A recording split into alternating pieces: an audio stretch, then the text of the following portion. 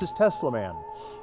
We built this in honor of Nikola Tesla, one of the greatest geniuses and one of the greatest inventors of all time. Each one of the things that we have on here are pieces that he invented, except of course for the LEDs. But he invented the plasma globe, we have a Tesla coil for a head, we have the violet wand, and all the materials that we have on him are from his era that he would have worn or used from the 1880s to the 1940s. Tesla Man has a 7,500 volt neon sign transformer, which comes up through knob and tube insulators from an old house, in through a protection filter to protect the transformer. Then it goes up into a spark gap, which is an 18th century jewelry box. We wanted to keep hands away from this dangerous area.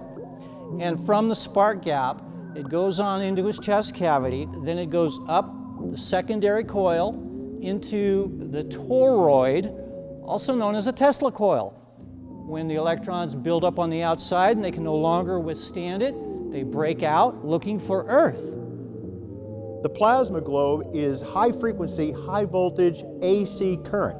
The LEDs are DC current. It's low frequency when they pulse like here, and low voltage. Now the violet wand was an invention that he basically made that was stolen from him by a gentleman in the teens who gave himself his own doctorate. And this is basically a glass tube with gas in it, and you can see that it's a positive current looking for ground. This light bulb in my hand would light just from the Tesla coil being on. This is the grounding rod, which once again was made out of a 1920s player piano tempo rod. And when this is on, the toroidal or the Tesla coil will actually come in and ground to this point instead of trying to find ground around it. We spent quite a bit of time trying to find a podium, the right podium that we could put the controls for Tesla Man on. We never did find it, so we decided to make it.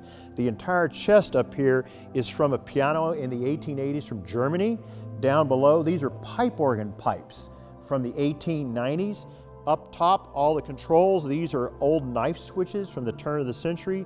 And inside of it are the electronics and relay switches that Dick so elegantly put together.